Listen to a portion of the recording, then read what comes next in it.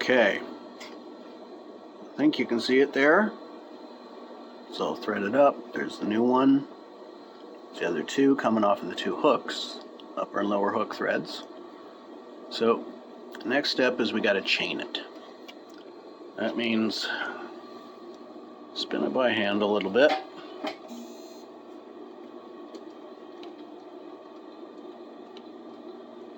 See if it makes a chain. If it does, which it does, then we can put this back. Trying to do all this with one hand while I show you isn't the easiest, but see what happens.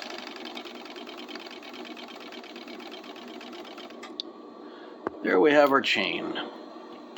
That means when I put the fabric under it, it'll surge. Okay, so I'll finish off this. It was about halfway done. So I'll finish that one off. And then I'll bring you back on the other machine. All right, back on the other machine now. Gonna have to put a hem on the bottom edge of those three fold pieces. Clear spot here. At least it isn't a difficult task, just a little bit of a repetitive one. I'll go get my stool back from the machine.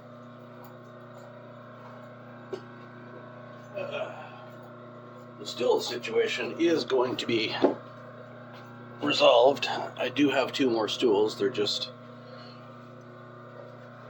sitting and waiting for me to cut one of them to height.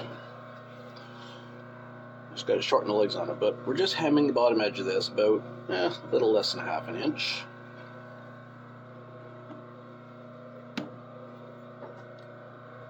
And once they're hemmed,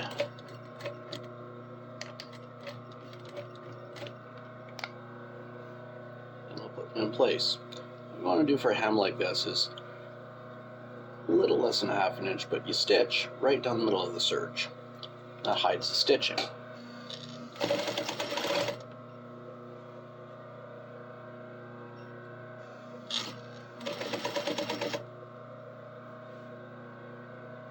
And again, dealing against the stretch of the material.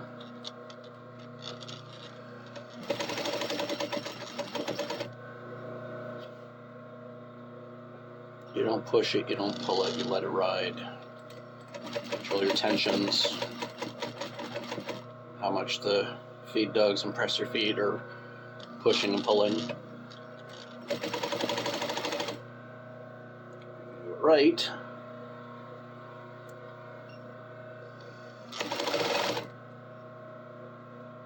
Then you won't have a lot of wave in the fabric after we stitch it. But we'll see how we do.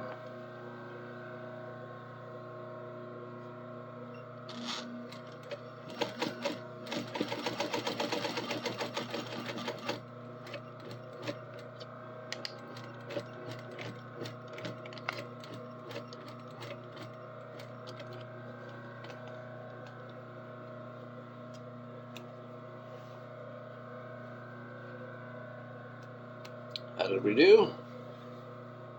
I don't think there's a lot of wave in that. What do you think? Looks pretty straight.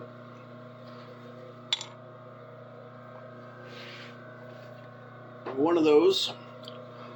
I'll do the other two, and I'll show you putting one in. Well, here's where life gets interesting. Remember, a couple of videos ago, when we put the waistband on, there's this extra bit of material past the edge. See?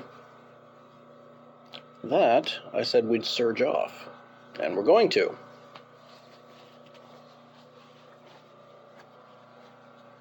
So we'll take these 6 pieces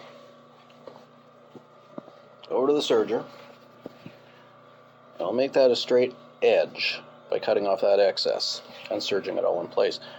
That will allow, see, that one has a bit more than the others. That will allow for it to be a straight line when I'm stitching the folds in. That'll make life easier, at least a little bit. So we got 3 aprons, 3 folds, and a handful of 6 pleats. Let's go do what we do. Show you one, then I'll do the other ones off screen. And I'll go get the stool again.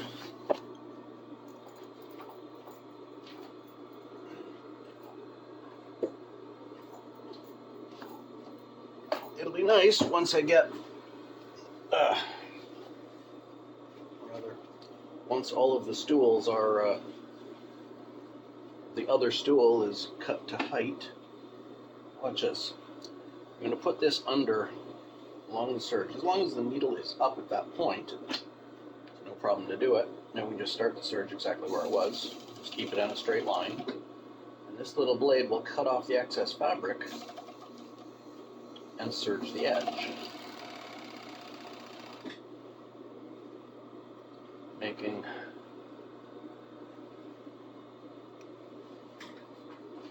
a nice straight run where we can stitch that fold to. I'll do the other 5, then I'll bring it back to the other machine. We're all set up on this end again. Get you into position here. Here we are. So what we're doing, attaching this big fold piece to this big pleat piece. We're going to start at the bottom. So we line up the hems on the bottom edge, if it doesn't fall off the table on me. So line up the hems at the bottom edge, like so.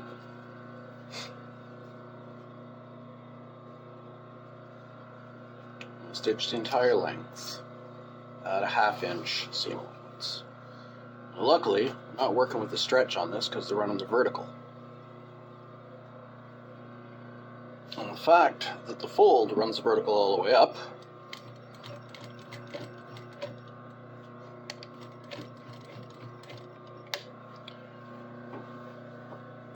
allows that where on the yoke there's a little bit of the stretch involved, we can stabilize it.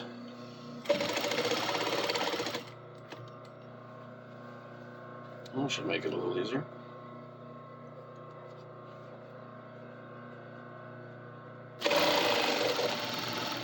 And the thread broke, of course.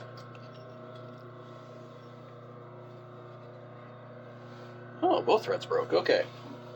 Did the bottom one break, or did it pull back in? Nope, it ran out. Even better. Okay, I'll fill the bobbin.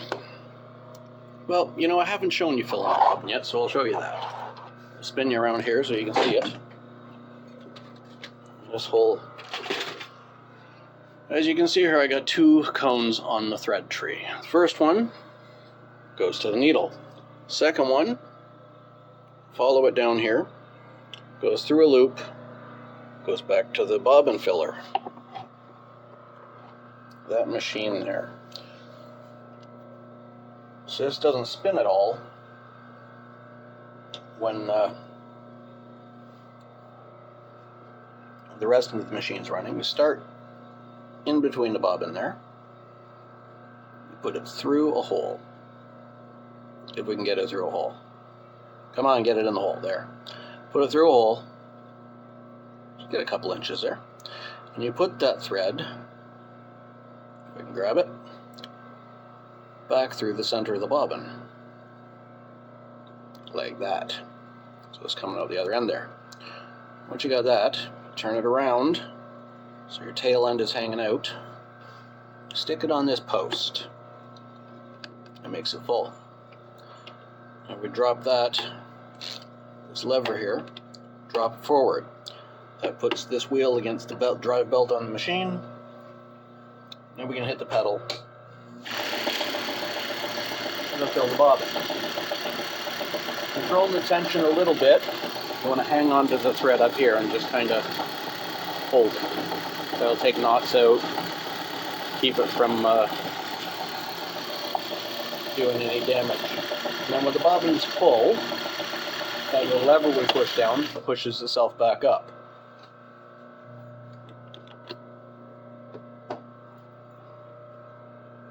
Cut it off. That piece we pushed through.